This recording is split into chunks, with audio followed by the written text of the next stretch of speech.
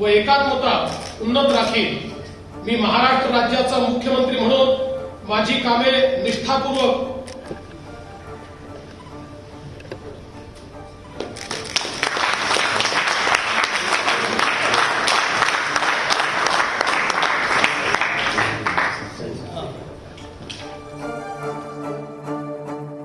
നമസ്കാരം. News track 1710 ആരംഭിക്കുകയാണ്.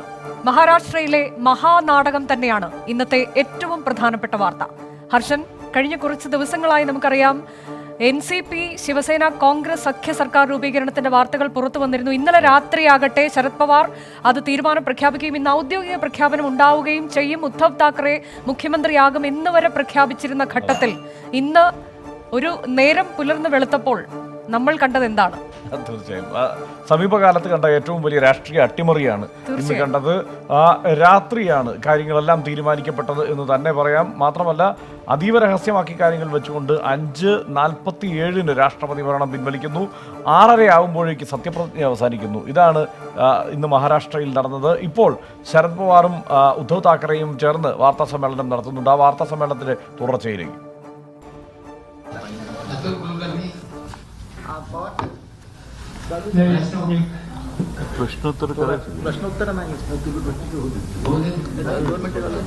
त्याच्यामध्ये एकच आहे, मगाशी मी सांगितलं की आम्ही आमची बैठक घेणार आहोत. बरेचसे लोक लांबून येणार आहेत, त्यामुळे ते सगळ्यांची उपस्थिती आता असेल असं सांगता येत नाही. पण येथे 1-2 दिवस आमचे सगळे सदस्य इथेच असतील आणि सातत्यानं आमच्या संपर्कात होत असतील. Pawar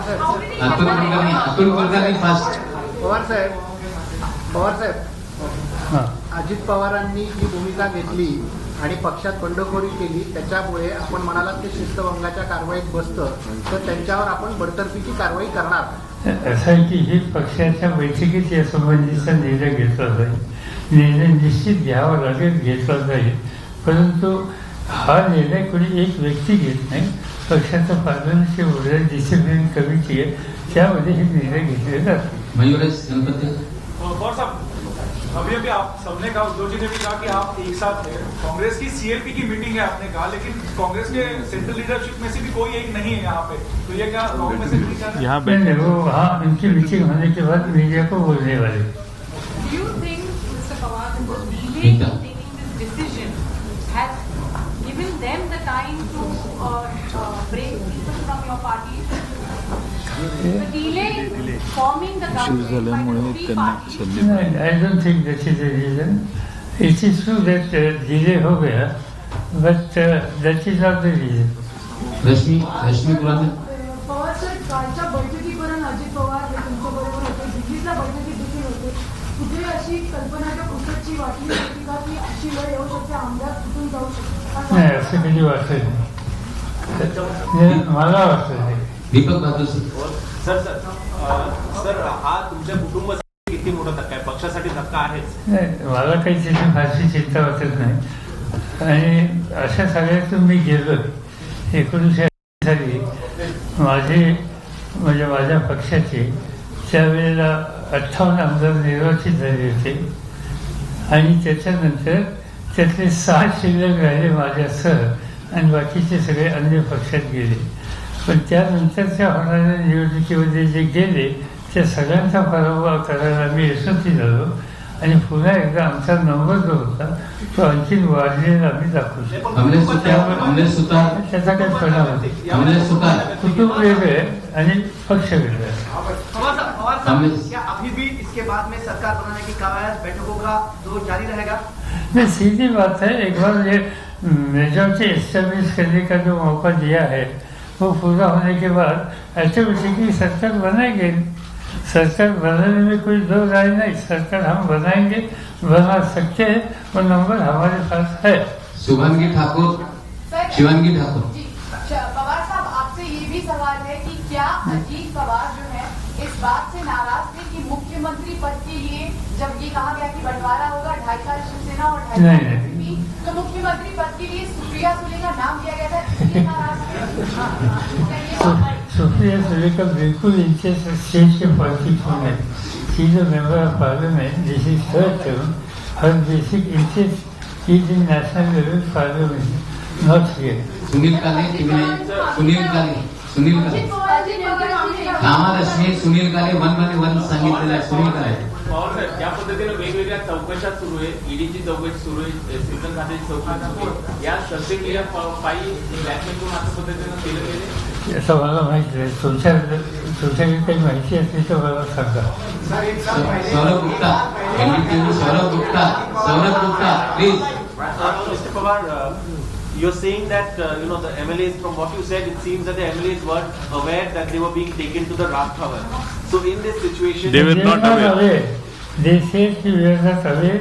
We have been told to come to discuss, and we have to sit at one particular place. That's why they sat in the car, and the car ultimately took them to Raj so Bhavan. in this situation, is Urvashi Khona, please. approaching court, because this is obviously. I will think and Urvashi we have to Khona. consult. Pawar sir, what went wrong with Ajit Pawar? Was it, the starting time when he resigned as MLA, when things were going wrong between you two? What is it that went wrong between you two that Ajit Pawar went ahead and took this step? No, you see, I'm not fully at all aware of what exactly happened. Till yesterday we were together, we were discussing, we were planning our next course of action, and we never. Harshan, ഇപ്പോഴും ശരത് പവാർ അഭിപ്രായപ്പെടുന്നത്, അവകാശപ്പെടുന്നത് തങ്ങൾക്ക് സർക്കാർ രൂപീകരണത്തിന് ഭൂരിപക്ഷമുണ്ട്, BJPക്ക് ഒരു കാരണവശാലും അത്തരത്തിൽ ഭൂരിപക്ഷം തെളിയിക്കാൻ കഴിയില്ല എന്ന് തന്നെയാണ്. 10ഓളം MLA-മാരുടെ മാത്രം പിന്തുണയാണ് അവർക്കുള്ളത് എന്നാണ് അദ്ദേഹം വ്യക്തമാക്കുന്നത്. 170 MLA-മാരുടെ പിന്തുണ സർക്കാർ രൂപീകരണം ആലോചിച്ചപ്പോൾ ഉണ്ടായിരുന്നു എന്നാണ് ശരത് പവാർ വ്യക്തമാക്കുന്നത്. 10ഓളം MLA-മാർ, ഒരു കൃത്യം കണക്ക് പറഞ്ഞിട്ടില്ല, 10ഓളം MLA-മാർ മാത്രമാണ് അജിത് പവാറിനൊപ്പം പോയിരിക്കുന്നത്. അവർക്ക് ഭൂരിപക്ഷം തെളിയിക്കാൻ കഴിയില്ല എന്ന നിലപാടാണ് ശരത് പവാർ ഇപ്പോൾ വിശദീകരിക്കുന്നത്. ഉദ്ധവ് താക്കറെയും അദ്ദേഹത്തിൻ്റെ നിലപാട് വിശദീകരിക്കേണ്ടതുണ്ട്. കോൺഗ്രസിൻ്റെ നിലപാട് കൂടുതൽ വ്യക്തതയോടെ വരേണ്ടതുണ്ട്. എന്തായാലും നമുക്ക് കാത്തിരിക്കാം. ഇപ്പോൾ ഇതിൻ്റെ വിശദാംശങ്ങളുമായി രാധാകൃഷ്ണൻ ഇപ്പോൾ നമ്മോടൊപ്പം ചേരുന്നുണ്ട്. രാധാകൃഷ്ണൻ, ഇത് പിളർപ്പ് എന്ന് തന്നെ ഉറപ്പിക്കാമോ, അതോ ശരത് പവാറിൻ്റെ മറ്റൊരു അടവു നയം എന്നൊക്കെ രാഷ്ട്രീയ നിരീക്ഷകർ വിലയിരുത്തുന്ന തലത്തിലേക്ക് ഇതിനെ എത്തിക്കാൻ കഴിയുമോ? കാരണം 35,000 കോടിയുടെ അഴിമതി ആരോപണം നിലനിൽക്കുകയാണ് അജിത് പവാറിനെതിരെ. ഈ സാഹചര്യത്തിൽ കൂടിയാണ് ഇങ്ങനെ ഒരു നീക്കം. നോക്കൂ ഹർഷൻ, ഇതുമായി ബന്ധപ്പെട്ട് ഏറ്റവും പ്രധാനമായും ശരത് പവാർ ഉന്നയിക്കുന്ന ആക്ഷേപങ്ങളെ സംബന്ധിച്ച് നമുക്ക് ശരത് പവാർ പറഞ്ഞത് പ്രകാരമാണെന്നുണ്ടെങ്കിൽ MLA-മാരുടെ കത്ത് അദ്ദേഹം അജിത് പവാർ മോഷ്ടിക്കുകയായിരുന്നു എന്ന് വേണം അദ്ദേഹം പറഞ്ഞു വയ്ക്കുന്നത്. ഈ വിധത്തിൽ MLA-മാരുടെ കത്ത് മോഷ്ടിച്ച് അതിൽ MLA-മാരുടെ പിന്തുണ എഴുതി ചേർത്ത് ഗവർണർക്ക് ഹാജരാക്കി ഗവർണറെ വഞ്ചിച്ചിരിക്കുന്നു എന്നതടക്കമുള്ള ആരോപണങ്ങൾ ശരത് പവാർ ഉന്നയിക്കുന്നു. ഇത് എത്രത്തോളം ഗുരുതരമായിട്ടുള്ള ആരോപണമാണ് എന്നത് നമുക്ക് ഈ ഘട്ടത്തിൽ വിലയിരുത്താം. അതുകൊണ്ട് തന്നെ ശരത് പവാറിൻ്റെ കണക്കുകൂട്ടൽ എവിടെയൊക്കെയോ പിഴച്ചിരിക്കുന്നു എന്ന് കരുതാൻ മാത്രമേ നിർവാഹമുള്ളൂ. ശരത് പവാർ പറയുന്നതനുസരിച്ചാണെങ്കിൽ 10 മുതൽ 11 MLA-മാരുടെ പിന്തുണ മാത്രമേ അജിത് പവാറിനുള്ളൂ. പക്ഷേ അത് വിശ്വസിക്കാൻ ഇപ്പോഴത്തെ സാഹചര്യത്തിൽ സാമാന്യ യുക്തി വെച്ചും അല്ലെങ്കിൽ ഗവർണർ എടുത്തിരിക്കുന്ന നിലപാടിൻ്റെ അടിസ്ഥാനത്തിൽ നമുക്ക് സാധിക്കില്ല. അതുകൊണ്ട് NCPയിൽ ഒരു പിളർപ്പ് എന്ന കാര്യത്തിൽ ഏതാണ്ട് വസ്തുതാപരമായി അത് ശരിയാണെന്ന് ബോധ്യമാകുന്നു. ഇനിയുള്ളത് NCP എന്ത് നിലപാട് സ്വീകരിക്കും എന്നതിനെ സംബന്ധിച്ചാണ്. NCP ഒരുപക്ഷെ അതിൻ്റെ അധ്യക്ഷനായിട്ടുള്ള ശരത് പവാർ പറയുന്നതിനൊപ്പം നിൽക്കുമോ അതോ ശരത് പവാർ പറയുന്നതിന് വിരുദ്ധമായിട്ടുള്ള ഒരു നിലപാട് സ്വീകരിക്കുമോ എന്നതിനെ സംബന്ധിച്ച ഒരു കാര്യമാണ് വ്യക്തമാകേണ്ടത്. അത് 4 മണിയോടുകൂടി വ്യക്തമാകും. പാർട്ടിയുടെ നേതാക്കളും ഭൂരിപക്ഷം പാർട്ടിയുടെ കേന്ദ്ര കമ്മിറ്റി അംഗങ്ങളും അഭിപ്രായപ്പെടുന്ന നിലപാടിനൊപ്പമായിരിക്കും പാർട്ടിയുടെ നില ഉണ്ടാവുക. നമുക്ക് മനസ്സിലാക്കാൻ സാധിക്കുന്നത് സമ്മിശ്രമായിട്ടുള്ള വികാരം ആണ് പാർട്ടി നേതാക്കൾ. നേരത്തെ ഹർഷൻ സൂചിപ്പിച്ചതുപോലെ തന്നെ സമ്മിശ്രമായിട്ടുള്ള അഭിപ്രായമാണ് പാർട്ടി നേതാക്കൾക്ക് ഇതുമായി ബന്ധപ്പെട്ട് ഉള്ളത്.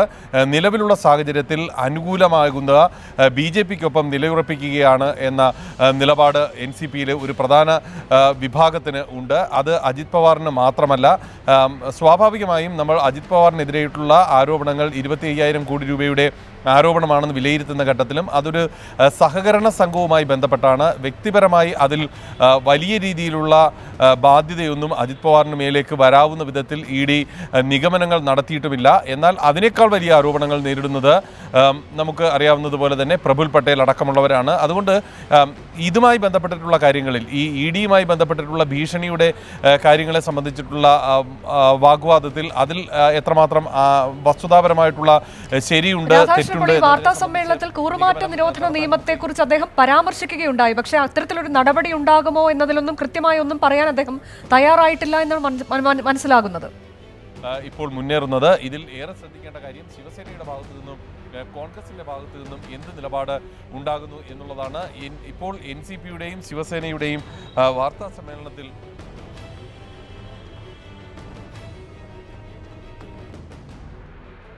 എന്തായാലും പാർട്ടികളെ പിളർത്തി BJP അധികാരം ഏൽക്കാൻ ശ്രമിക്കുകയാണ്. അതിൻ്റെ തുടർച്ചയാണ് ഇവിടെയും സംഭവിച്ചിരിക്കുന്നത് എന്ന നിലപാടാണ് ഇരുവരും വാർത്താ സമ്മേളനത്തിൽ ഉയർത്തിയത്. അജിത് പവാറിനെ പൂർണ്ണമായി തള്ളിയിരിക്കുന്നു ശരത് പവാർ. കാരണം ശരത് പവാർ അറിഞ്ഞുകൊണ്ടല്ല ഇങ്ങനെ ഒരു തീരുമാനം എടുത്തത് എന്ന് ഇപ്പോൾ വേണമെങ്കിൽ ഉറപ്പിക്കാവുന്ന സ്ഥിതിയുണ്ട്. ആദ്യഘട്ടത്തിൽ NCPയാണ് പിന്തുണയ്ക്കുന്നത് BJPയെ എന്ന ധാരണയായിരുന്നു ഉണ്ടായിരുന്നത്. പക്ഷേ ആ സാഹചര്യമല്ല നിലനിൽക്കുന്നത്. അജിത്തിൻ്റെ തീരുമാനം പാർട്ടി വിരുദ്ധമാണ് എന്ന നിലപാടിലേക്കാണ് ശരത് പവാർ എത്തിച്ചേർന്നിരിക്കുന്നത്. എനിക്ക് തോന്നുന്നു രാഷ്ട്രീയ നാടകങ്ങൾ ബാക്കിയാണ് മഹാരാഷ്ട്രയിൽ എന്നാണ്. NCP ആണ് രാഷ്ട്രീയത്തിലേക്കൊക്കെ വീണ്ടും പോകാനുള്ള സാധ്യതയുണ്ടെന്ന് തോന്നുന്നു. NCP ആണ് പിന്തുണച്ചതെങ്കിൽ പിന്നീട് അതിൽ കൂടുതൽ ചോദ്യങ്ങൾക്ക് വകയില്ലായിരുന്നു. പക്ഷേ ഇത് NCPയിൽ ഒരു വിഭാഗം MLAമാർ മാത്രമാണ് എന്ന് ശരത് പവാർ ആവർത്തിച്ച് പറയുമ്പോഴും ഒപ്പം ഈ പറഞ്ഞ കൂറുമാറ്റ നിരോധന നിയമത്തെക്കുറിച്ചൊക്കെയുള്ള സൂചന നൽകുമ്പോഴും നമ്മൾ ഊഹിക്കേണ്ടത് ഇതൊരു പിളർപ്പ് തന്നെയാണ് എന്നാണ്. രാധാകൃഷ്ണൻ വീണ്ടും ചേരുന്നുണ്ട് നമ്മോടൊപ്പം. രാധാകൃഷ്ണൻ, ഈ കൂറുമാറ്റ നിരോധന നിയമം അടക്കം എടുത്ത് പ്രയോഗിച്ചേക്കുമെന്നുള്ള സൂചന ആണോ അദ്ദേഹം നൽകുന്നത്? അദ്ദേഹത്തിൻ്റെ വാദഗതികളിൽ അങ്ങനെയാണ് നമുക്ക് കാണാൻ സാധിക്കുന്നത്. പക്ഷേ എത്ര പേർ അനുകൂലിക്കുന്നു എന്നതിനെ ആശ്രയിച്ചിരിക്കും അദ്ദേഹത്തിന് ആ കൂറുമാറ്റത്തിൻ്റെ വാളെടുത്ത് പ്രയോഗിക്കാൻ സാധിക്കുന്ന ഒരു അവസരത്തിലേക്ക് കാര്യങ്ങൾ എത്തിക്കുക. എന്നാൽ ഇതിനിടയിൽ ചില അനുനയ നീക്കങ്ങൾ നടക്കുന്നു എന്ന സൂചനകളും പുറത്തു വരുന്നുണ്ട്. ശരത് പവാറിനെ കൂടി ഈ ക്യാമ്പിൽ എത്തിക്കാനായിട്ടുള്ള ശ്രമം നടക്കുന്നു എന്ന സൂചനകളാണ് ഇപ്പോൾ പുറത്തു വരുന്നത്. ഇതുമായി ബന്ധപ്പെട്ടിട്ട് നേരത്തെ ഉള്ളതുപോലെ തന്നെ ഈ അജിത് പവാറും ശരത് പവാറുമായി ബന്ധപ്പെട്ട് വലിയ രീതിയിലുള്ള ഭിന്നതകളൊന്നും ഉള്ള ഒരു സാഹചര്യമില്ല. അതുകൊണ്ട് തന്നെ അവരെ വീണ്ടും ഈ പാർട്ടിയുടെ ഭാഗമാക്കി തന്നെ നിലനിർത്താനായിട്ടുള്ള സാഹചര്യം, അതിനെക്കുറിച്ചുള്ള ചർച്ചകളും നടക്കുന്നുണ്ട്. ഏതായാലും ഇപ്പോഴത്തെ സാഹചര്യത്തിൽ പാർട്ടിയിൽ ഒരു പിളർപ്പുണ്ടായിരിക്കുന്നു എന്ന ശരത് പവാറിൻ്റെ പ്രസ്താവന അത് മുഖവിലേക്കെടുക്കാം. പക്ഷേ എത്ര MLAമാർ അനുകൂലിക്കുന്നു എന്നതിനെ സംബന്ധിച്ച ഒരു കാര്യത്തിൽ കൃത്യമായിട്ടുള്ള ബോധ്യമുണ്ടാവുക 4:30 മണിക്ക് ചേരുന്ന ശിവസേന MLAമാരുടെ യോഗത്തിലായിരിക്കും. ആ യോഗത്തിലേക്ക് വരാൻ NCPയുടെ എല്ലാ MLAമാരോടും നിർദ്ദേശിച്ചിട്ടുണ്ട്. NCPയുടെ എല്ലാ MLAമാരും ആ യോഗത്തിന് എത്തുകയാണെങ്കിൽ അജിത് പവാർ ഉന്നയിച്ച കാര്യങ്ങളിൽ എത്രമാത്രം വസ്തുതാപരമായിട്ടുള്ള ശരിയുണ്ട്. 4:30 NCPയുടെ ആ നിർണായക യോഗം നടക്കുന്നത്. അതിനു മുൻപ് ഇനി BJP എന്തൊക്കെ നാടകങ്ങളാണ് നടത്താൻ പോകുന്നത് എന്നത് നമുക്ക് ഏതാനും മണിക്കൂറുകൾക്കിടയിൽ അവരെന്തൊക്കെ ചെയ്യുമെന്നത് ശരത് പവാറിന് എത്ര ആളുകളെ സ്വാധീനിക്കാൻ കഴിയും എന്നത് കാത്തിരിക്കാം. ഒപ്പം ഈ 4:30 MLAമാരുടെ യോഗം വിളിച്ചിരിക്കുന്നു. ആ യോഗത്തിൽ എത്ര പേർ പങ്കെടുക്കുന്നു എന്നത് നിർണായകമാണ്. എത്ര പേർ അജിത് പവാറിനൊപ്പം ഉണ്ട്, എത്ര പേർ ശരത് പവാറിനൊപ്പം ഉണ്ട് എന്ന കാര്യത്തിൽ ഒരു വ്യക്തത അതോടെ കൈവരും എന്ന് നമുക്ക് ഉറപ്പിക്കാം. ഇന്ന് എന്തൊക്കെയാണ് ഇന്ന് സംഭവിച്ചത്, ഈ രാത്രി നാടകത്തിൻ്റെ സ്വഭാവം എന്തായിരുന്നു എന്നുള്ളത് നമുക്ക് വേഗത്തിൽ ഒന്ന് പരിശോധിക്കാം എന്ന് തോന്നുന്നു. മഹാരാഷ്ട്രയിൽ രാഷ്ട്രപതി ഭരണം പിൻവലിക്കുന്നത് 5:47 ഏതാണ്ട് 6 മണിയോടെയാണ് ഇത് സംബന്ധിച്ചുള്ള അറിയിപ്പ് ലഭിക്കുന്നത്. മഹാരാഷ്ട്രയിൽ അതാണ് ആരും പ്രതീക്ഷിക്കാത്ത. മാത്രമല്ല 5:47 അങ്ങനെ ഒരു ഉത്തരവ് ഇറങ്ങണമെങ്കിൽ ആ കാര്യത്തിൽ എപ്പോഴേ തീരുമാനമുണ്ടായിരിക്കണം. അത് രാത്രിയിൽ അത് സംബന്ധിച്ചുള്ള നീക്കുപോക്കുകൾ ഉണ്ടായിരിക്കണം. ആ കാര്യങ്ങളെല്ലാം അത് മാത്രമല്ല അതിലൊരു കാര്യം ഹർഷൻ, ഈ അജിത് പവാർ ഇന്നലെ നടന്ന NCP കോൺഗ്രസ് ചർച്ചയിൽ പങ്കെടുത്തയാളാണോ എന്നതാണ്.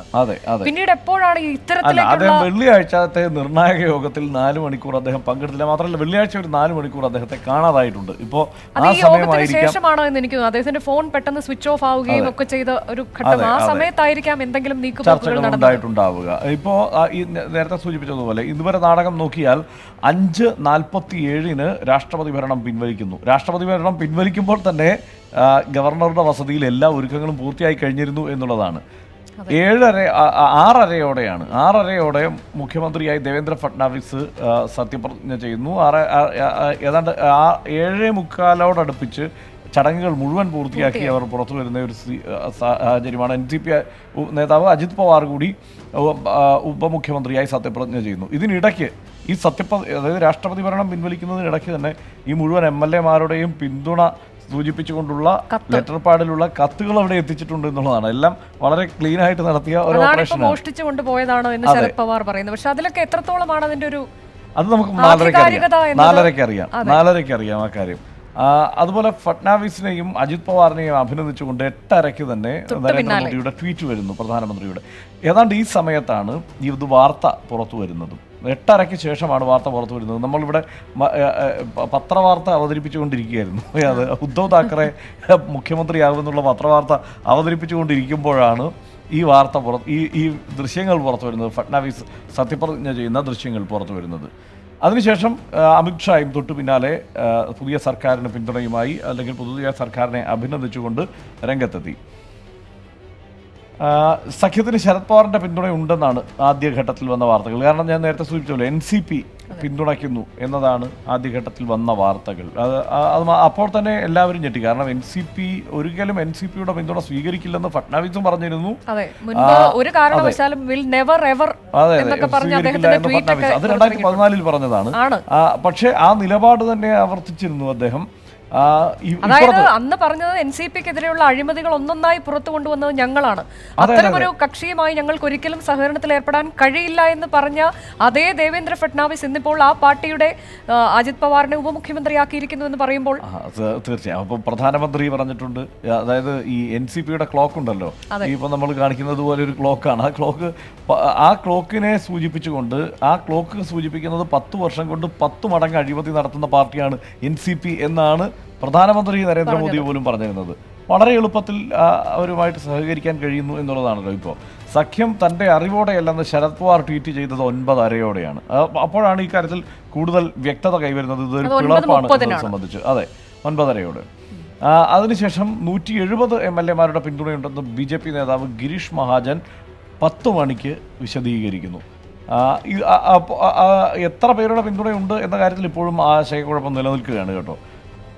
മൊത്തം ഒരു സാഹചര്യം നമുക്ക് പരിശോധിച്ചാൽ 145 സീറ്റുകളാണ് അവിടെ ഭൂരിപക്ഷത്തിന് വേണ്ടത്. BJPക്ക് 105ആണുള്ളത്, 54 NCPക്കുള്ളത്. അതിൽ 22 പേർ കൊഴിഞ്ഞുപോയി എന്നതാണ് പുറത്തു വരുന്ന അനൗദ്യോഗിക വിവരങ്ങൾ. ബാക്കി വസ്തുത എന്താണെന്നുള്ളത് അറിയണമെങ്കിൽ 4:30-ക്കുള്ള ശരത് പവാർ പറഞ്ഞനുസരിച്ചാണെങ്കിൽ 10 പേർ, ഏറ്റവും 10 പേരെ കൊണ്ട് ഒന്നും നടക്കില്ല. 10 പേർ പോയി മറ്റുള്ളവർ കൂടി ചേർന്നാൽ പോലും ഭൂരിപക്ഷത്തിലേക്ക് എത്താൻ കഴിയില്ല. എനിക്ക് തോന്നുന്നു ഇന്നലെ ഈ മഹാസഖ്യ രൂപീകരണ സമയത്ത് ശരത് പവാർ പറഞ്ഞ ഒരു കാര്യം, ചെറുകക്ഷികളുടെ MLA-മാരുടെ പിന്തുണ കൂടി തങ്ങൾക്കുണ്ട് എന്നാണ് പറഞ്ഞത്. അതെ അതെ, അല്ല ഈ 10 പേരെ പോയിട്ടുള്ളെങ്കിൽ ഈ മറ്റുള്ളവർ എന്ന് പറയുന്നത് 29ആണ്. അതിൽ CPM അടക്കം ഉൾപ്പെടുന്നുണ്ട്. അവരൊന്നും പിന്തുണയ്ക്കില്ല എന്തായാലും. അപ്പോൾ 29-ൽ കുറേ ആളുകൾ പിന്തുണച്ചാൽ പോലും 145-ലേക്ക് എത്താൻ കഴിയില്ല.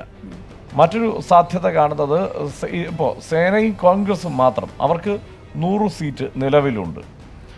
BJPക്കും NCPക്കും അത് 129 സീറ്റുകൾ, മറ്റുള്ളവർ 29 സീറ്റുകൾ. ഈ 159 സീറ്റുകളാണ് BJP NCPയും. ഒറ്റക്കെട്ടായി BJPയും NCPയും നിന്നാൽ 159 ഉണ്ട്. അതല്ല NCPയിലെ പിളർപ്പാണെങ്കിൽ ഏകദേശ ചിത്രം നമുക്ക് വൈകിട്ടത്തെ NCPയിലെ MLA-മാരുടെ യോഗത്തിന് ശേഷം മാത്രമാവും വ്യക്തമാവുക എന്നാണ് പറയാൻ കഴിയുക. ഒപ്പം ചെറിയ പാർട്ടികൾ ആരെല്ലാമാണ് പിന്തുണയ്ക്കുന്നത് എന്നും നമുക്ക് നോക്കേണ്ടി വരും. ഏതായാലും വരും മണിക്കൂറുകളിലും ഇനി തിരക്കിട്ട നീക്കങ്ങൾ, നാടകീയ നീക്കങ്ങളൊക്കെയാണ് നടക്കാൻ പോകുന്നത്. ഇതിൽ എല്ലാവരും ഈ ഒന്ന് അമ്പരന്നു എന്നുള്ളതാണ്. കോൺഗ്രസിന് കൃത്യമായൊരു പ്രതികരണം നൽകാൻ പോലും കഴിഞ്ഞില്ല. ഇത് കോൺഗ്രസിന്റെ ഒരു ആശയക്കുഴപ്പം ഇത് ശരത് പവാർ തന്നെ നടത്തുന്ന ഒരു ഓപ്പറേഷനാണോ എന്നത് കൂടിയായിരുന്നു. അതുകൊണ്ട് അവർക്കൊന്നും അക്കാര്യത്തിലൊന്നും വ്യക്തമായി പ്രതികരിക്കാൻ. ഇതിലിപ്പോൾ ഞാൻ ശ്രദ്ധിച്ച ഒരു കാര്യം ഹർഷൻ, ഈ ശിവസേനയാണ് NCP ഏറ്റവും കൂടുതൽ പിന്തുണച്ചുകൊണ്ട് ഇതിനു ശേഷം പ്രസ്താവനകളുമായി പുറത്തു വന്നു. ഒരു കാരണവശാലും ശരത് പവാർ അല്ല ഇതിന് പിന്നിൽ എന്ന് പറഞ്ഞുകൊണ്ട് ശരത് പവാറിനെ പിന്തുണച്ചുകൊണ്ട് വന്ന ഏറ്റവും വലിയ പ്രതികരണങ്ങളൊക്കെ ശിവസേനയുടെ. ശിവസേന ഇന്നലെ രാത്രി 10 മണി വരെ പവാറും ഉദ്ധവ് താക്കറെയും ഒക്കെ ചർച്ച നടത്തുകയാണല്ലോ. രാവിലെ ഉറങ്ങി എണീക്കുമ്പോൾ ഈ ഉറക്കത്തിൽ ശരത് പവാർ ഒരു ഓപ്പറേഷൻ നടത്തിയിട്ടുണ്ടാവും എന്ന് കരുതാനാവില്ല. അതുകൊണ്ടുകൂടിയായി. മാത്രമല്ല സുപ്രിയ സുലെയുടെ ട്വീറ്റ് വന്നിരുന്നത് അപ്പോൾ തന്നെ കുടുംബത്തിലും പാർട്ടിയിലും പിളർപ്പുണ്ടായിരിക്കുന്നു എന്നാണ്. നമുക്ക് മറ്റു പ്രതികരണങ്ങൾ കൂടി നോക്കാം. തങ്ങളുടെ MLA-മാർ BJPക്കൊപ്പം പോയിട്ടില്ലെന്ന് NCP നേതാവ് നവാബ് മാലിക്. ചതിയിലൂടെയാണ് ദേവേന്ദ്ര ഫട്നാവിസ് സത്യപ്രതിജ്ഞ ചെയ്തത്. നിയമസഭയിൽ ഭൂരിപക്ഷം തെളിയിക്കാൻ ദേവേന്ദ്ര ഫട്നാവിസിന് കഴിയില്ലെന്നും MLA-മാർ തങ്ങൾക്കൊപ്പം തന്നെ ഉറച്ചു നിൽക്കുന്നുവെന്നും നവാബ് മാലിക് പറഞ്ഞു. मुंबईत राहणार, आपल्या आपल्या मतदारसंघात राहणार, हे सरकार पटलावर टिकणार नाही. जरी शपथविधी झाली असेल तर पटलावर हा सरकार विधानसभा के पटल पे हारेगी और ये धोखे से बनाई गई सरकार है। അജിത് പവാർ പാർട്ടിയെയും കുടുംബത്തെയും ചതിച്ചു എന്ന് സുപ്രിയ സുലെ പ്രതികരിച്ചു. Mr. Uddhav Thackeray and the Congress will make an official statement at 12:30, and after that I will speak to the media. Bharat will be a statement. Ajanandar, I promise you, thank you. സംസ്ഥാനത്ത് NCP LDF-നൊപ്പം തുടരുമെന്ന് ദേശീയ general secretary TP Peethambaran master പറഞ്ഞു. അജിത് പവാറിന്റെ നീക്കത്തെക്കുറിച്ച് അറിയില്ല.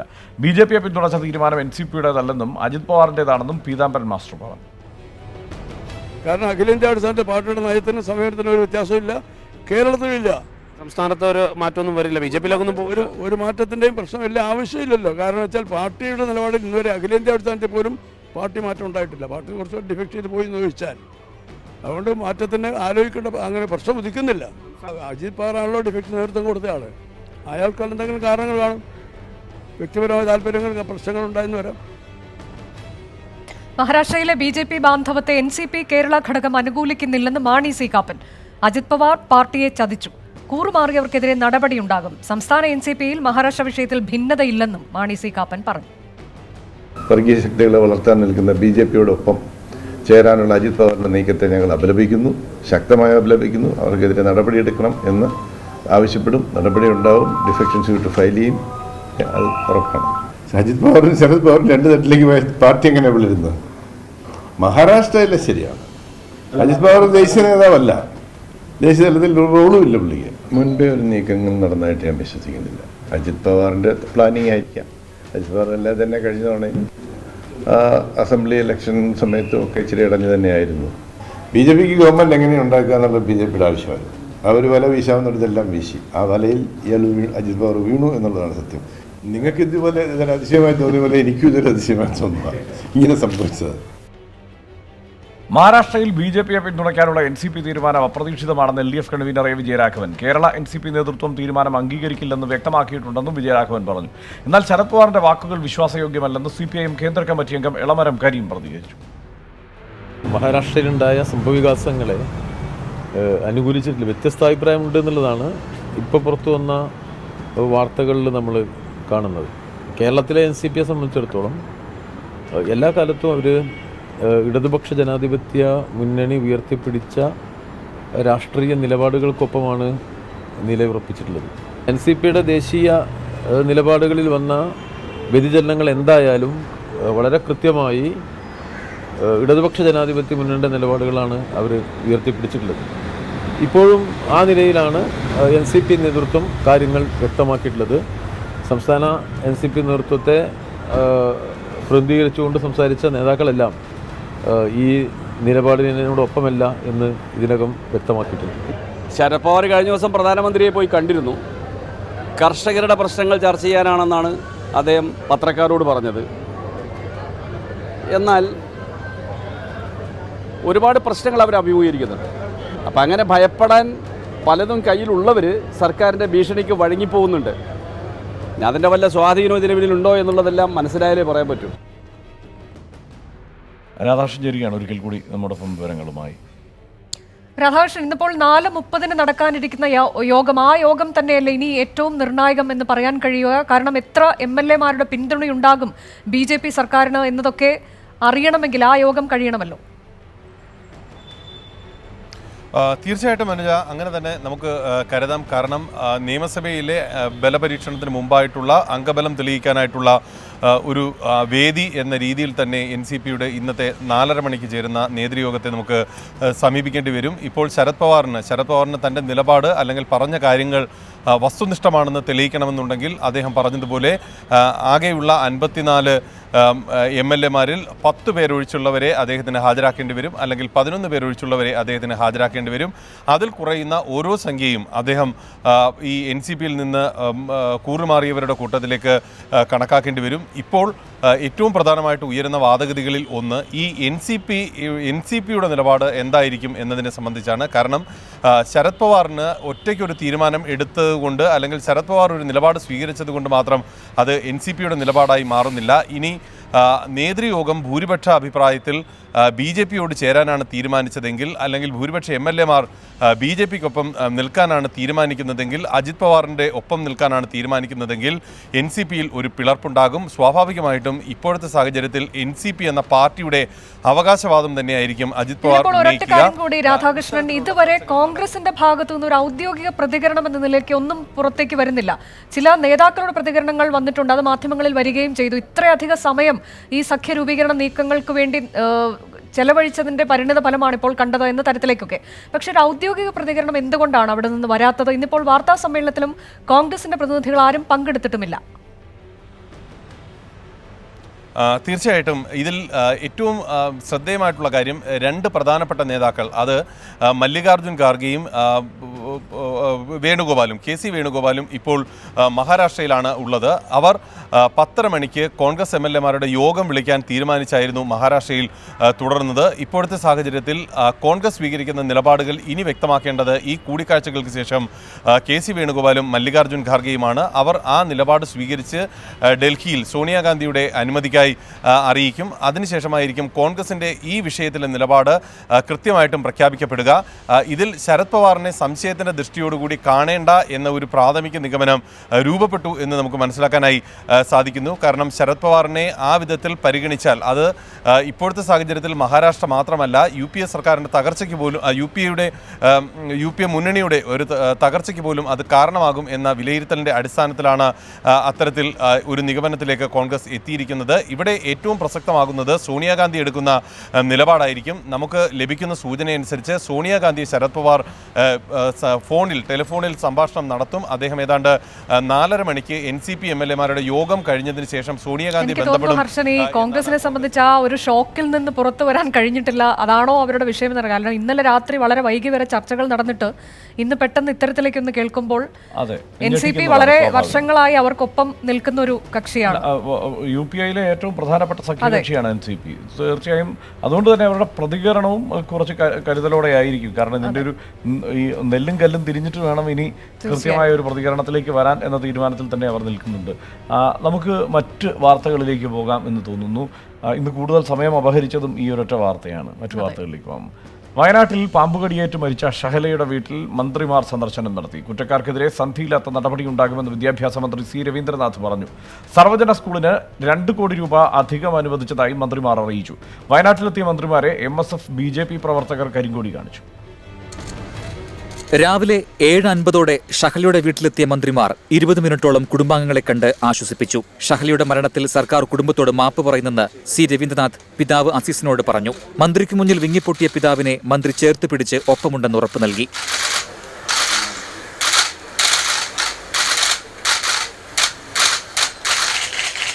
ഷഹലയുടെ മരണത്തിന് ഉത്തരവാദികളായ അധ്യാപകർക്കെതിരെ ഒരു ദാക്ഷിണ്യവുമില്ലാത്ത നടപടിയുണ്ടാകുമെന്ന് മന്ത്രി C Ravindranath പറഞ്ഞു.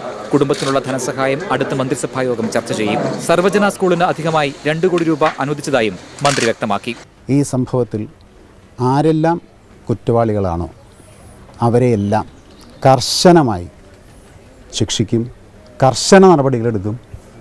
ഒരു ദാക്ഷിണ്യവും കൂടാതെ വളരെ വിശദമായിട്ടുള്ള അന്വേഷണത്തിന് ഉത്തരവിട്ട് കഴിഞ്ഞിട്ടുണ്ട്. ഒരു ദാക്ഷിണ്യവും കൂടാതെ കർശന നടപടികൾ എടുക്കും.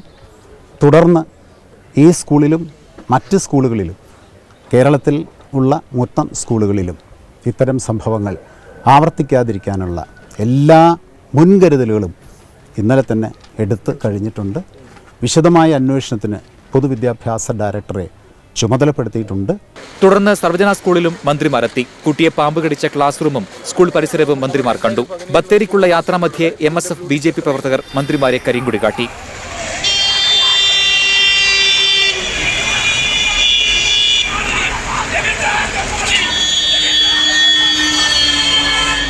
നിഖിൽ പ്രമേഷ്, 24 വയനാട്. അതിനിടെ സർവജന സ്കൂളിലെ പുറ്റ് നീക്കം ചെയ്തു. മുനിസിപ്പാലിറ്റി നിർദ്ദേശത്തെ തുടർന്നാണ് നടപടി. അപകടകരമായ രീതിയിലുള്ള പുറ്റിനെക്കുറിച്ച് 24 ഇന്നലെ വാർത്ത നൽകിയിരുന്നു. MSFന്റെ കളക്ടറേറ്റ് മാർച്ച് സംഘർഷത്തിൽ കലാശിച്ചു. നിഖിൽ പ്രമേഷ് വിശദാംശങ്ങളുമായി. നിഖിൽ, ഇന്നലെ സ്കൂളിന്റെ പരിസരം വളരെ വിശദമായി തന്നെ നിഖിൽ പ്രേക്ഷകർക്ക് കാട്ടിക്കൊടുത്തിരുന്നു. ഇന്നിപ്പോൾ പരിസര ശുചീകരണം നടന്നിട്ടുണ്ടോ? ഒപ്പം തന്നെ വിദ്യാർത്ഥി സംഘടനകളുടെ മാർച്ച് എപ്രകാരമായിരുന്നു? ഏറ്റവും ഒടുവിലായി പുറത്തുവരുന്ന വാർത്ത, രാഹുൽ ഗാന്ധി MP ഈ കുട്ടിയുടെ കുടുംബാംഗങ്ങളുമായി ടെലിഫോണിൽ സംസാരിച്ചു എന്നതാണ് മുഴുവൻ വിശദാംശങ്ങളും.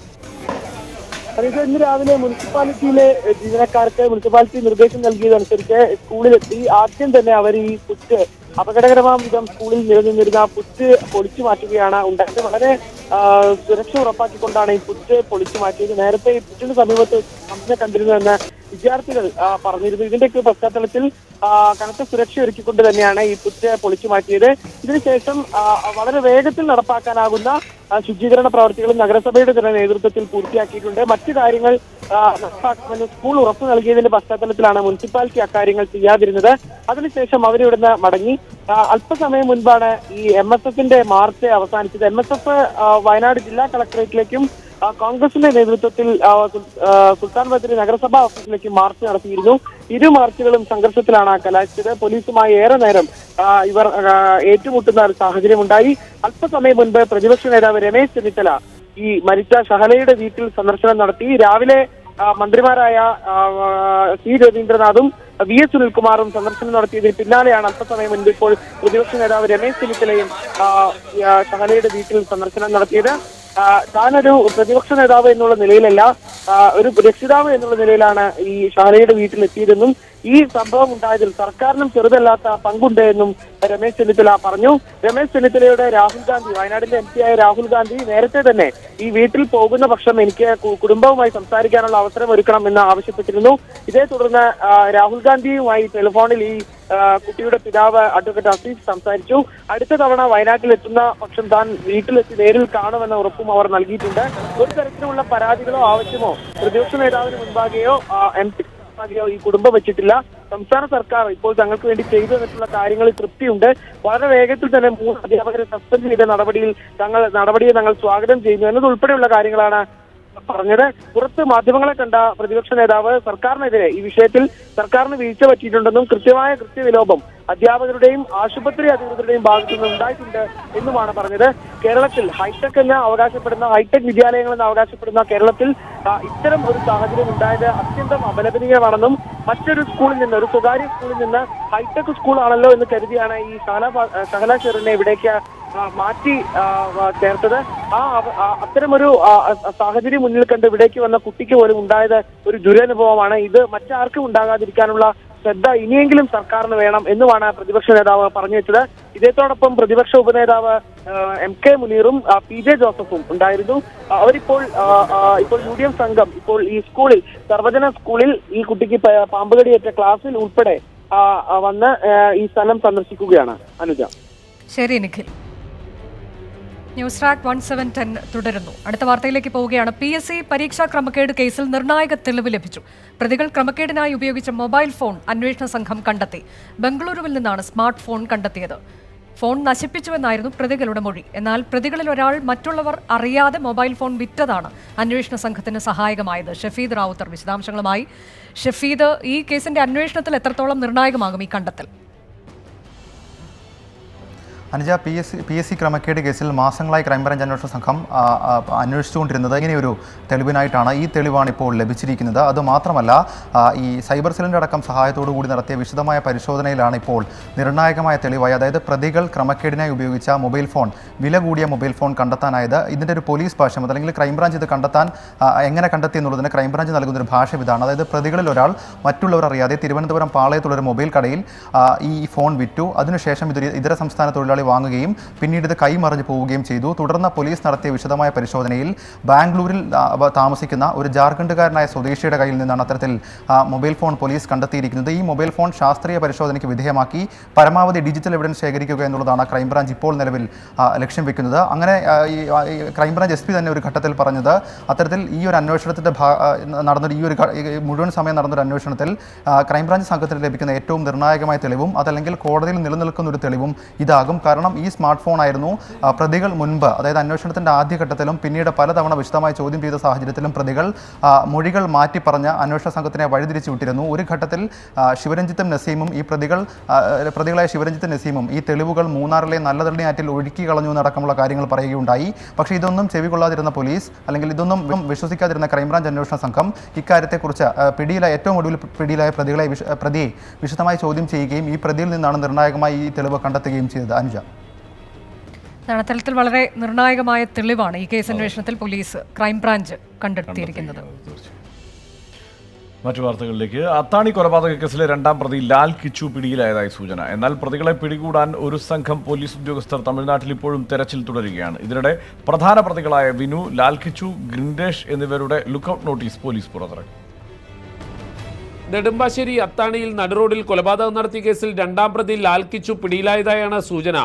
കോടതിയിൽ കീഴടങ്ങാനെത്തിയ പ്രതിയെ ഗോശ്രീ പാലത്തിൽ വെച്ച് അങ്കമാലി സിയുടെ നേതൃത്വത്തിൽ പിടികൂടിയതായാണ് പുറത്തുവരുന്ന വിവരം.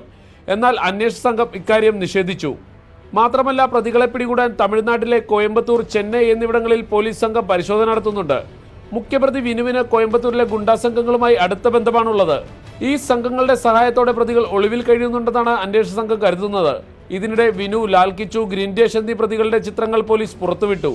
കൂടാതെ പ്രതികളുടെ ലുക്കൌട്ട് നോട്ടീസും അന്വേഷണ സംഘം പുറത്തിറക്കിയിട്ടുണ്ട്. കേസിൽ ഗൂഢാലോചന നടത്തിയ 6 പേർ നേരത്തെ പിടിയിലായിരുന്നു. അതേസമയം അത്താണിയിൽ ഇനിയും ഗുണ്ടാസംഘങ്ങൾ ഏറ്റുമുട്ടാൻ സാധ്യതയുണ്ടെന്നാണ് രഹസ്യാന്വേഷണ വിഭാഗം നൽകിയിരിക്കുന്ന റിപ്പോർട്ട്. സാഹിൻ ആന്റണി, 24, കൊച്ചി.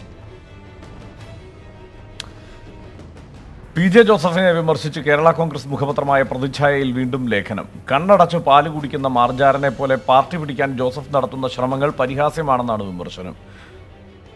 കുതന്ത്രശാലി എന്ന സ്വന്തം ആക്ഷേപം ജോസഫിന്റെ കാര്യത്തിലാണ് അന്വർത്ഥമാകുന്നതെന്നും ലേഖനത്തിലുണ്ട്. കോടതി നടപടികളിൽ തിരിച്ചടി നേരിട്ടതിന്റെ ജാള്യത മറയ്ക്കാൻ പതിവ് പോലെ പാർട്ടി മുഖപത്രം ആയുധമാക്കിയാണ് ജോസ് കെ മാണി വിഭാഗം രംഗത്തെത്തിയത്. PJ ജോസഫ് ഉന്നയിച്ച ആരോപണങ്ങൾക്ക് മറുപടി നൽകുന്നതിനൊപ്പം രൂക്ഷ വിമർശനവും ലേഖനത്തിലുണ്ട്. ജോസഫിന്റെ കുതന്ത്രങ്ങൾ ബൂമറാങ്ങാകുമ്പോൾ എന്ന തലക്കെട്ടിലാണ് പ്രതിച്ഛായ ലേഖനം. അരിയാഹാരം കഴിക്കുന്നവർക്ക് ചിരിക്കാൻ വക നൽകുന്നതാണ് ജോസ് കെ മാണിക്കെതിരായ ജോസഫിന്റെ ആക്ഷേപങ്ങളെന്ന വിമർശനം. ബൂമറാങ് പോലെ അത് ജോസഫിനെ തിരിച്ചടിക്കുന്നു. കർണനെ പോലെ നിരായുധനായി നിൽക്കുകയാണ് ജോസഫ്. കണ്ണടച്ച് പാല് കുടിക്കുന്ന മാർജാരനെ പോലെ പാർട്ടി പിടിക്കാൻ ജോസഫ് നടത്തുന്ന ശ്രമങ്ങൾ പരിഹാസ്യമെന്ന ലേഖനം ആരോപിക്കുന്നു. KM മാണിയുടെ രാഷ്ട്രീയ മഹത്വത്തിന്റെ ബാക്കി പത്രമാണ് ജോസഫിന്റെ രാഷ്ട്രീയ ജീവിതമെന്നും ലേഖനം വിമർശിക്കുന്നു. പാർട്ടി പിളർത്തി പലതവണ പുറത്തുപോയ ആളാണ് ജോസഫെന്നും പാർട്ടിയിലെ ഭൂരിപക്ഷം ആളുകളും ജോസ് കെ മാണിക്കൊപ്പമാണെന്നും ലേഖനം ചൂണ്ടിക്കാട്ടുന്നു. KM മാണി വികാരം ഉണർത്തി അണികളെ കൂടെ നിർത്താൻ KM മാണി ഫൗണ്ടേഷൻ രൂപീകരിച്ചും മാണിയുടെ പ്രതിഭ സ്ഥാപിക്കണമെന്ന ആവശ്യം ഉന്നയിച്ചും PJ ജോസഫ് ശ്രമം ആരംഭിച്ചിരുന്നു. ഇതിനെ പ്രതിരോധിക്കുന്നതിന്റെ ഭാഗമായാണ് ജോസ് വിഭാഗത്തിന്റെ മുഖപത്ര ലേഖനം. KM മാണി കാട്ടിയ സൗഹൃദത്തിന്റെ നന്ദി ജോസഫ് തിരികെ കാട്ടിയില്ലെന്ന് സ്ഥാപിക്കാനാണ് ലേഖനത്തിലൂടെ ജോസ് വിഭാഗം ശ്രമിക്കുന്നത്. 24, കോട്ടയം. കൂടത്തായി കൊലപാതക പരമ്പരയിലെ മുഖ്യപ്രതി ജോളിയെ കട്ടപ്പനയിൽ എത്തിച്ച് തെളിവെടുത്തു. ജോളിയുടെ വാഴവരയിലെ തറവാട് വീട്ടിലും കട്ടപ്പന നഗരത്തിലെ പുതിയ വീട്ടിലും എത്തിച്ചാണ് അന്വേഷണ സംഘം തെളിവ് ശേഖരിച്ചത്. ജോളിയുടെ മാതാപിതാക്കളിൽ നിന്നും സഹോദരങ്ങളിൽ നിന്നും സംഘം മൊഴിയെടുത്തു. കൂക്കുവിളിയോടെയാണ് ജന്മനാട് ജോളിയെ വരവേറ്റത്. അന്നമ്മ വധക്കേസ് അന്വേഷിക്കുന്ന പേരാമ്പ്ര CI KK ബിജുവിന്റെ നേതൃത്വത്തിലുള്ള സംഘമാണ് ജോളിയെ കട്ടപ്പനയിലെത്തിച്ച് തെളിവെടുത്തത്. വാഴവരയിലെ തറവാട്ട് വീട്ടിലായിരുന്നു ആദ്യത്തെ തെളിവെടുപ്പ്. ഈ വീട്ടിലുണ്ടായിരുന്ന വളർത്തുനായ്ക്ക് വിഷം നൽകിയാണ് കൊന്നതെന്നും ഇതാണ് വിഷം ഉപയോഗിച്ചുള്ള കൊലപാതകങ്ങൾക്ക് പ്രചോദനമായതെന്നും ജോളി മൊഴി നൽകിയിരുന്നു. തുടർന്ന് കട്ടപ്പന നഗരത്തോട് ചേർന്ന പുതിയ വീട്ടിലെത്തിച്ചും തെളിവെടുത്തു. സ്വത്ത് വിവരങ്ങൾ സംബന്ധിച്ച രേഖകളാണ് ഈ വീട്ടിൽ പ്രധാനമായും പരിശോധിച്ചത്. അന്നമ്മയുടെ കൊലപാതകം സംബന്ധിച്ച് ബന്ധുക്കൾക്ക് അറിയാമായിരുന്നുവെന്ന് ജോളി മൊഴി നൽകിയിരുന്നു. ഇക്കാര്യം അന്വേഷിക്കുന്ന സംഘം ജോളിയുടെ മാതാപിതാക്കളിൽ നിന്നും സഹോദരങ്ങളിൽ നിന്നും മൊഴിയെടുത്തു. ഉച്ചയോടെ തെളിവെടുപ്പ് പൂർത്തിയാക്കി അന്വേഷണ സംഘം കോഴിക്കോട്ടേക്ക് മടങ്ങി. 24, ഇടുക്കി. ഹർഷൻ, ഈ ഹെൽമെറ്റ് നിർബന്ധമാക്കുന്ന വാർത്ത നമ്മൾ കഴിഞ്ഞ ദിവസം കൊടുത്തിരുന്നു. ഇപ്പോൾ ഹെൽമെറ്റ് വിപണി സജീവമാകുന്നു എന്ന വാർത്തയാണ് ഇന്നിപ്പോൾ. അത് സ്വാഭാവികമായും ഉണ്ടാകുന്നതാണ്. പക്ഷെ അതിലിടയിൽ വ്യാജന്മാർ വരും, അല്ലേ? വില കുറഞ്ഞ ഹെൽമെറ്റുകളുമായി ചിലർ നമ്മൾ പറഞ്ഞതാണ് ഈ ISI മാർക്കൊക്കെയുള്ള. അതെ, നമ്മൾ ആ കൃത്യ നമ്പറൊക്കെ പറഞ്ഞിരുന്നു. അതെ അതെ. ഇരുചക്ര വാഹനങ്ങളുടെ പിൻസീറ്റിൽ ഇരിക്കുന്നവർക്കും ഹെൽമറ്റ് നിർബന്ധമാക്കിയതോടെ ഹെൽമറ്റ് വിപണി ഉണർന്നു. ഹെൽമറ്റ് കടകളിൽ പതിവിലും മികച്ച കച്ചവടമാണ് നടക്കുന്നത്. എന്നാൽ വ്യാജ ഹെൽമറ്റുകളും വിപണിയിൽ സജീവമാണ്. കോഴിക്കോട് നിന്ന് അഞ്ജലി അമൃത് ചേരുന്നു. ഇരുചക്ര വാഹനങ്ങളുടെ പിൻസീറ്റിലിരിക്കുന്നവർക്കും ഹെൽമറ്റ് നിർബന്ധമാക്കിക്കൊണ്ടുള്ള ഹൈക്കോടതി ഉത്തരവ് കഴിഞ്ഞ ദിവസമാണ് വന്നത്. കേന്ദ്ര മോട്ടോർ വാഹന നിയമഭേദഗതിയുടെ ചുവട് പിടിച്ചായിരുന്നു ഇത്തരത്തിൽ ഹൈക്കോടതിയുടെ ഒരു നടപടി വന്നിരിക്കുന്നത്. ഇതനുസരിച്ച് നഗരത്തിലെ ഹെൽമറ്റ് കടകളിലൊക്കെ വലിയ തിരക്കാണ് അനുഭവപ്പെടുന്നത്. ഞാൻ ഇപ്പോൾ നിൽക്കുന്നത് കോഴിക്കോട് നഗരത്തിലെ തന്നെ ഒരു ഹെൽമറ്റ് കടയിലാണ്. ഇവിടെ ഹെൽമറ്റ് വാങ്ങാനായി ആളുകൾ എത്തിയിരിക്കുന്നുണ്ട്. ഈ ഒരു തിരക്ക് ഇവിടെ അനുഭവപ്പെടുന്നുണ്ട്. കാരണം ഇന്ന് പിൻസീറ്റിലിരിക്കുന്നവർക്ക് ഇപ്പോൾ ഹെൽമറ്റ് നിർബന്ധമാക്കിയിരിക്കുകയാണ്. അതുകൊണ്ട് തന്നെ പോലീസിൻ്റെ ഒരു കർശന പരിശോധന നഗരത്തിലെങ്ങും നടക്കുന്നുണ്ട്. ചേട്ടാ, ഹെൽമറ്റിൻ്റെ കച്ചവടമൊക്കെ എങ്ങനെ? ഇപ്പോൾ അവർ നിയമം വരുന്നുണ്ടെന്ന് കേട്ടതുകൊണ്ട് പഴയതിനെക്കാട്ടി ആൾക്കാരൊന്ന് എൻക്വയറി എടുത്തിട്ടും ഇതിനെ സെയിലിനായിട്ടൊക്കെ വരുന്നുണ്ട്. ഇപ്പോൾ 4 വയസ്സിന് മുകളിലുള്ള കുട്ടികൾക്ക് ആണ് ഇപ്പോൾ അതിന് മുകളിലുള്ള ആളുകൾക്കാണ് ഇപ്പോൾ ഹെൽമറ്റ് നിർബന്ധമാക്കിയിരിക്കുന്നത്. പക്ഷേ പലർക്കും അറിയില്ല കുട്ടികൾക്ക് എങ്ങനെ ഈ ഹെൽമറ്റ് ഉപയോഗിക്കുക, അവർക്ക് പറ്റിയ ഹെൽമറ്റ് കിട്ടുമോ എന്നുള്ള കാര്യങ്ങളൊന്നും അവർക്കറിയില്ല. എങ്ങനെയാണ് ഈ കാര്യങ്ങൾ, അവർക്ക് പറ്റിയ ഹെൽമറ്റ് വിപണിയിൽ ലഭ്യമാണോ, എന്താണ് ആ കാര്യങ്ങൾ? ഏകദേശം ഒരു 3 വയസ്സിന് മുകളിലേക്കുള്ള പ്രായം തൊട്ടിട്ടുള്ള ഹെൽമെറ്റ്സ് അവൈലബിൾ ഉണ്ട്. പിന്നെ ഈ പറഞ്ഞ പോലെ അറിയില്ല, മുന്നേ എല്ലാവരും ഉപയോഗിച്ചത് ഈ സൈക്ലിങ്ങിന്, സ്കീയിങ്ങിന് അതിനൊക്കെ വേണ്ടിയിട്ടാണ് ഹെൽമെറ്റ്സ് പിള്ളേർക്ക് വേണ്ടി വന്ന് അന്വേഷിക്കാറ്. ഇപ്പോൾ ഈ ഉത്തരവ് വന്നതിന് ശേഷം നമുക്ക് നല്ല രീതിയിൽ എൻക്വയറീസ് വരുന്നുണ്ട്. പാരൻസ് വന്നിട്ട് ചോദിക്കുന്നുണ്ട് ഹെൽമെറ്റ്സ്, പിള്ളേർക്കുള്ള ഹെൽമെറ്റ്സ് ഒരു 10 വയസ്സ് 12 വയസ്സ് ഈ എന്താ പറയുക ഈ സ്കൂളിൽ പോകുന്ന സമയത്ത് വണ്ടീൻ്റെ മേലെ യൂസ് ചെയ്യാൻ പറ്റുന്ന ടൈപ്പിൽ എൻക്വയറി ഉണ്ട്. നല്ല രീതിയിൽ എൻക്വയറി വന്നിട്ടുണ്ട്. എങ്ങനെയാണ് നമ്മൾ ഹെൽമറ്റ് വാങ്ങുമ്പോൾ എല്ലാവരും പോലീസിനെ പറ്റിക്കാൻ വേണ്ടി ഏതെങ്കിലും ഒരു തരത്തിലുള്ള ഹെൽമറ്റാണ് അധികം ആളുകളും ഉപയോഗിക്കുന്നത്. എങ്ങനെയാണ് നമ്മളൊരു ഹെൽമറ്റ് തിരഞ്ഞെടുക്കുമ്പോൾ സുരക്ഷയെ മുൻനിർത്തി പറയുകയാണെങ്കിൽ ഏതൊക്കെ കാര്യങ്ങളാണ് നമ്മൾ ശ്രദ്ധിക്കുന്നത്? മെയിനായിട്ട് നമ്മൾ നോക്കുന്നത് എന്താ വെച്ചാൽ ISI മാർക്കാണ്. അതിൻ്റെ കൂടെ തന്നെ ഇപ്പോൾ നമ്മൾ പുറത്തുനിന്ന് വരുന്ന ഇമ്പോർട്ട് ചെയ്യുന്ന ഹെൽമെറ്റ്സ് ആണെങ്കിൽ DOT സർട്ടിഫൈഡും പിന്നെ ECE സർട്ടിഫൈഡും ആണ് ഉണ്ടാവുക. ഈ ഹെൽമെറ്റ്സിലും ഈ സെയിം DOT ECEയിലും ISI മാർക്ക് ഉണ്ടെങ്കിൽ മാത്രമേ നമുക്ക് ഇന്ത്യൻ വിപണിയിൽ ഇത് വിൽപ്പനയ്ക്ക് വെക്കാൻ പറ്റുള്ളൂ. അപ്പോൾ ഇപ്പോൾ വരുന്ന ഒരു ഇതെല്ലാ ഹെൽമെറ്റിനും ISI മാർക്ക് ഉണ്ട്. ISI മാർക്ക് എന്ന് പറഞ്ഞാൽ നമുക്ക് സ്റ്റാർട്ടിങ് ഏകദേശം ഒരു 500 റേഞ്ച് മുതൽ, ഏറ്റവും ലോ ക്വാളിറ്റിയിൽ 500 റേഞ്ച് മുതലാണ് സ്റ്റാർട്ടിങ് വരുന്നത്. നല്ല ക്വാളിറ്റിയിലേക്ക് പോകുകയാണെങ്കിൽ 18,000 24,000 ആ റേഞ്ച് വരെയൊക്കെ ഉള്ളത് അവൈലബിൾ ഉണ്ട് മാർക്കറ്റിൽ. ഒരു സാധാരണ മനുഷ്യന് എത്രയ്ക്ക് മുകളിൽ ഏത് റേഞ്ചിലുള്ള ഒരു ഹെൽമെറ്റ് ആയിരിക്കും അവരുടെ സുരക്ഷയ്ക്ക് ഏറ്റവും കമ്മിയായിട്ടുള്ളത്? എന്ന് വെച്ചാൽ ഇപ്പോൾ ഞാൻ പറഞ്ഞ പോലെ ISI സർട്ടിഫൈഡ് ആയിട്ടുള്ള ഒരു 500+ മുകളിൽ വരുന്ന എന്ന് വെച്ചാൽ അതിലും സ്പീഡിലായിട്ട് താരതമ്യം ചെയ്യുന്നുണ്ട്. ഒരു 30 to 40 km/h സ്പീഡിലാണ് ഏറ്റവും ലോ. ഹർഷനെ, നമ്മൾ അല്പസമയം മുമ്പ് പറഞ്ഞു കോൺഗ്രസിന്റെ ഒരു പ്രതികരണം മഹാരാഷ്ട്ര വിഷയത്തിൽ ഇനിയും ഉണ്ടായിട്ടില്ല എന്നത്, ഒരു പരസ്യ പ്രതികരണം. ഇപ്പോൾ കോൺഗ്രസിന്റെ മുതിർന്ന നേതാക്കൾ ആ വിഷയത്തിൽ വാർത്താ സമ്മേളനം നടത്തുകയാണ്. അതിലേക്ക് और उसी लिए कल ही हम लोग यहाँ पे आए थे. बहुत अच्छी मीटिंग रही. शाम तक कुछ 1-2 मुद्दे ऐसे थे कि जिसमें ज़्यादा चर्चा की ज़रूरत थी और उसी लिए आज हम 12:30 बजे मिलने वाले थे, 12 या 12:30 बजे. लेकिन उससे पहले आज सुबह में जो कांड हुआ, मेरे ख्याल से उसके लिए उसकी आलोचना करना और उसके लिए मेरे पास कोई शब्द नहीं है. आप जो भी अभी कुछ क्वेश्चंस पूछना चाहते हैं, one by one.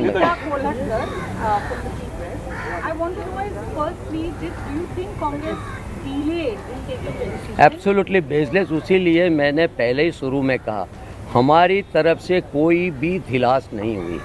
जैसे ही उद्धव ठाकरे जी का फ़ोन आया, दूसरे दिन हम यहाँ पहुँच गए. शरद पवार जी ने दिल्ली में जो डेट दी, वो डेट पे हम लोग मीटिंग में गए. दूसरे दिन भी मीटिंग हुई और उसके बाद तुरंत हम यहाँ आए. तो हमारी तरफ से 1 सेकंड की भी डिले नहीं हुई. लेकिन जो प्रक्रिया होनी चाहिए उसके में जितना टाइम लगा उतना टाइम लगा. One by one.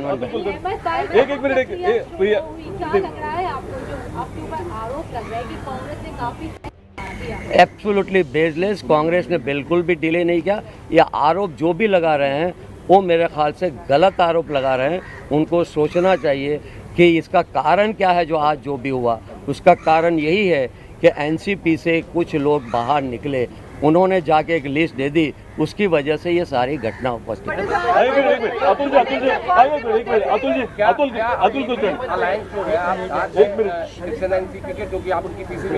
बीजेपी को शिकस्त देने के लिए, क्योंकि कॉन्फिडेंस वोट आएगा, उसमें हम तीनों पार्टी और बीजेपी को कॉन्फिडेंस वोट में हराने के लिए और उनको जो भी साथ दे रहे हैं उनको हराने के लिए हम लोग इकट्ठे होकर हमारे पूरे प्रयास होंगे. इतना बल्कि उनको शिकस्त देंगे. राष्ट्रवादी के अजित पवार ने जो निर्णय लिया है तो उनको बर्खास्त करने की मांग राष्ट्रवादी के पास करेंगे क्या, पहला सवाल. और दूसरा सवाल मेरा ये है कि आप तीनों की जो मीटिंग आज होने वाली थी वो फिर से होगी और बातचीत की जारी रहेगी. जहाँ तक पहला प्रश्न है, आज मीटिंग में हम लोग जब थे सुबह में यही बात हुई है और शरद जी ने स्पष्ट कहा है आज 4 बजे उनकी मीटिंग जो है उसमें उनके खिलाफ जो एक्शन लेने हैं या उनका दूसरा लीडर तय करना है, विप तय करना है, वो सारी चीज़ें तय की जाएंगी। One by one. आज जो प्रेस कॉन्फ्रेंस हुई, हमें मैसेज आया था कि तीनों पार्टियों की जॉइंट प्रेस कॉन्फ्रेंस होगी, लेकिन कांग्रेस का एक भी reply no, there is no confusion at all. और उसीलिए आज जब भी प्रेस कॉन्फ्रेंस हमने यहाँ बुलाई है, क्योंकि सुबह में जो मैसेज आया था कि शिवसेना और एनसीपी प्रेस कॉन्फ्रेंस करेगी, उसके बाद हमारा नाम डाला गया। लेकिन हमारे से ऐसी कोई जितनी बात होनी चाहिए, लेकिन हम लोग फिर भी मीटिंग में आज गए हुए थे। मीटिंग में कुछ बातें हुई है और हम लोग ने, क्योंकि हमारी यहाँ मीटिंग थी पहले से तय की हुई थी, उसीलिए हम लोग CLP की, उसीलिए हम लोग जल्दी यहाँ आ गए, उसीलिए प्रेस कॉन्फ्रेंस हम नहीं जा रहे। One by one.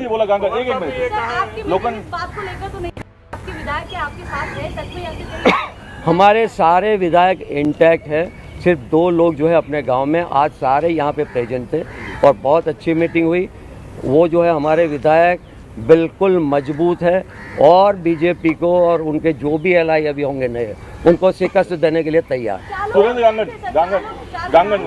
One by one question now next. ये कहा है कि 30 तारीख के बाद 3 पार्टियों की सरकार जो है अभी भी बन सकती है, चर्चा जारी रहेगी, क्या आप मानते हैं? अभी भी बन सकते हैं, नहीं सरकार बनेगी।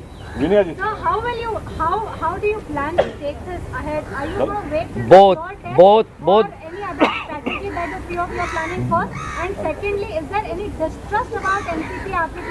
Both the ways. One is politically also and another is legally also. Both the way we will try.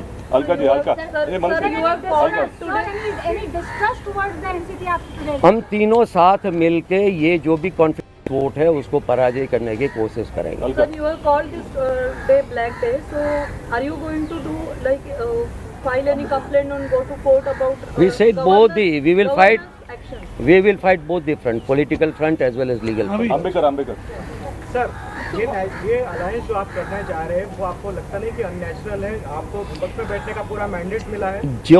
जो थोड़ा सा भी समय लगा, क्योंकि हमने कुछ चीज़ों पे हमें सहमति लेनी थी, शिवसेना से भी लेनी थी, और ख़ास तौर पे संविधान में, कॉन्स्टिट्यूशन में जो भी कॉन्स्टिट्यूशन के वैल्यूज़ है प्रियम्बल में, और उसके साथ साथ कॉन्स्टिट्यूशन में जो भी प्रोविज़न है और प्रिंसिपल्स है, उसमें उन्होंने कहा है कि we all are committed for this. So there is no question of other thing. So that things were clarified by the Shiv Sena, NCP, all the 3 party were on board. Shiv Sena के विधायक टूटे ना, इसलिए अभी भी शिवसेना की तरफ से उनके विधायकों को एक होटल में रखा जा रहा है। क्या कांग्रेस के विधायकों के साथ भी आप कुछ वैसा ही करेंगे कि कांग्रेस के विधायक टूटने की आपको चिंता है? एक तो हमारे विधायक टूटने की कोई संभावना नहीं है, हमने पूरा विश्वास है, फिर भी हम लोग मिल के कोई स्ट्रेटेजी वर्कआउट करेंगे। Ahmed bhai, when initially the Congress gave a in principle consent for forming an alliance to form a government, inherent to that concept was the fact that Sharad Pawar ji, who was dealing on behalf of the Congress with the Shiv Sena. No, that is wrong. That is wrong. He was speaking to them. No, he must be speaking, but not on behalf of the Congress party. But the fact also was that you expected at least that the NCP will keep its house together.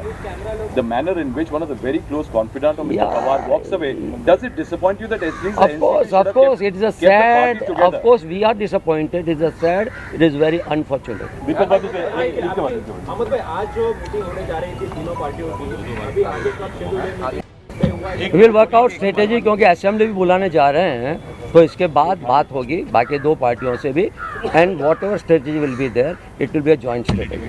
भाई, जब अगर Pawar sir आपके साथ हैं तो वो action क्यों नहीं लेते? क्या 4 बजे वो कह रहे हैं, उन्होंने मीटिंग बुलाई है। जी बिल्कुल।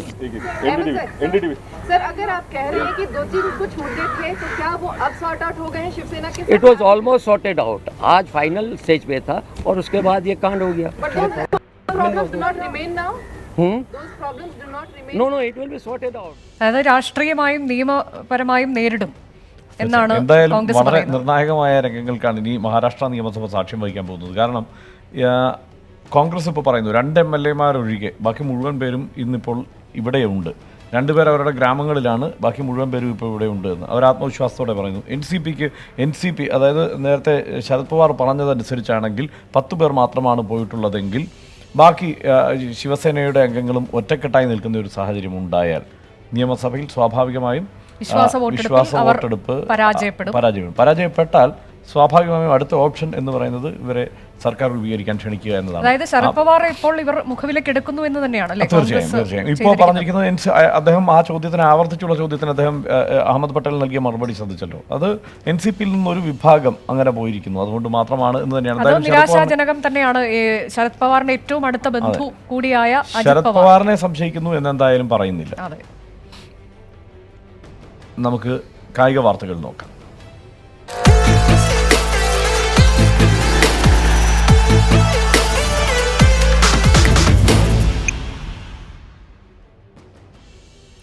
ഗോകുലം കേരള FC-യുടെ ജേഴ്സി ലോഞ്ച് ചടങ്ങ് കോഴിക്കോട്ട് നടക്കുകയാണ്. മാർക്കസ് ജോസഫിനെ ഐ ലീഗ് ക്യാപ്റ്റനായി പ്രഖ്യാപിച്ചു. ദീപക് ധർമ്മടം വിശദാംശങ്ങളുമായി. ദീപക്, എന്താണ് ഈ വാർത്തയുടെ വിശദാംശങ്ങൾ? ഗോകുലം കേരള FC-യുടെ ടീം ലോഞ്ച് ആണ് ഇപ്പോൾ നടന്നുകൊണ്ടിരിക്കുന്നത്. അതിന്റെ തത്സമയ ദൃശ്യങ്ങളാണ് നമ്മൾ കണ്ടുകൊണ്ടിരിക്കുന്നത്. Gokulam group of companies chairman Gokulam Gopalan, അതുപോലെ തന്നെ ഗോകുലം FC-യുടെ പ്രസിഡന്റ് VC പ്രവീൺ തുടങ്ങിയവരാണ് ഇതിൽ പങ്കെടുത്തത്. City police commissioner AV George ആണ് ഈ പ്രകാശന കർമ്മം നിർവഹിച്ചത്. അതുപോലെ തന്നെ ടിക്കറ്റ് ലോഞ്ച് കൂടി ഈ ചടങ്ങിന്റെ ഭാഗമായി നടക്കുന്നു. ഐ ലീഗിൽ 11 ടീമാണ്. ഈ 11 ടീമിൽ ഹോം മാച്ചിൽ കേരളത്തിന്റെ ടീം, കേരളത്തിന് ഒറ്റ ടീം മാത്രമാണുള്ളത്. ഗോകുലം കേരള FC 30-ാം തീയതിയാണ് കിക്ക് ഓഫ്. അതിന്റെ ടീം അല്പസമയത്തിനകമാണ് വേദിയിലേക്ക് വരുന്നത്. ടീമിൽ നമുക്ക് ലഭ്യമാകുന്ന വിവരമനുസരിച്ച് സ്ട്രൈക്കേഴ്സിന് കൂടുതൽ ഊന്നൽ നൽകിക്കൊണ്ടുള്ള ഒരു വലിയ ടീമാണ് ഈ പ്രാവശ്യം പ്രഖ്യാപിക്കാൻ പോകുന്നത്. അതിൽ കരീബിയൻ താരം മാർക്കോസ് ജോസഫ് ഇക്കുറി ഗോകുലത്തിന് വേണ്ടി മുൻനിരയിൽ പോരാടും എന്നുള്ളതാണ് ഏറ്റവും പ്രധാനപ്പെട്ട കാര്യം. അതുപോലെ തന്നെ ഉഗാണ്ടയിൽ നിന്നുള്ള ഹെൻറി ഈ 2 താരങ്ങളും കേരളത്തിൽ ഒരുപക്ഷെ ഇന്ത്യയിൽ തന്നെ ഏറ്റവും പ്രധാനപ്പെട്ട സ്ട്രൈക്കേഴ്സ് ആണ്. അതുകൊണ്ട് മുൻ കളികളിലെല്ലാം തന്നെ ഗോകുലം ഈ സ്ട്രൈക്കേഴ്സ് ലെവലിൽ, ഫോർവേഡ് ലെവലിലുള്ള അപാകതകൾ പറഞ്ഞിരുന്നു. അത്തരമൊരു സാഹചര്യത്തിലാണ് ഈ ഒരു വലിയ ടീമുമായി എത്തുന്നത്. ടീമിന്റെ ഔദ്യോഗിക പ്രഖ്യാപനം അല്പസമയത്തിനകം തന്നെ നടക്കും ഈ വേദിയിൽ. ഇപ്പോൾ ടീമിന്റെ ജേഴ്സി പ്രകാശനവും ടിക്കറ്റ് ലോഞ്ചുമാണ് നടന്നിരിക്കുന്നത്. ഗോകുലം കേരള FC-യുടെ ജേഴ്സി ലോഞ്ചിങ് ആണ് ഇപ്പോൾ നടന്നിരിക്കുന്നത്. ഹർഷൻ, ഈ ടീം പ്രഖ്യാപനമൊക്കെ ഏതാനും നിമിഷങ്ങൾക്കുള്ളിൽ ഉണ്ടാകും. ഹർഷൻ, ഇന്ന് രാവിലെ മുതൽ ഈ നിമിഷം വരെ നടന്ന ഏറ്റവും പ്രധാനപ്പെട്ട സംഭവവികാസങ്ങളൊക്കെ നമ്മൾ വിശദമായി തന്നെ ന്യൂസ് റാക്ക് 1/7 പരിശോധിച്ചു. ഇനിയും അങ്ങോട്ട് പ്രധാനപ്പെട്ട വാർത്തകൾ വരാനിരിക്കുന്നുണ്ട്. എന്തായാലും ഈ ന്യൂസ് റാക്ക് 1/7 നമുക്ക് തൽക്കാലം ഇവിടെ വൈൻഡപ്പ് ചെയ്യാം. ഇനി 7 മണിക്ക് ന്യൂസ് റാക്ക് 1/7 കാണാം.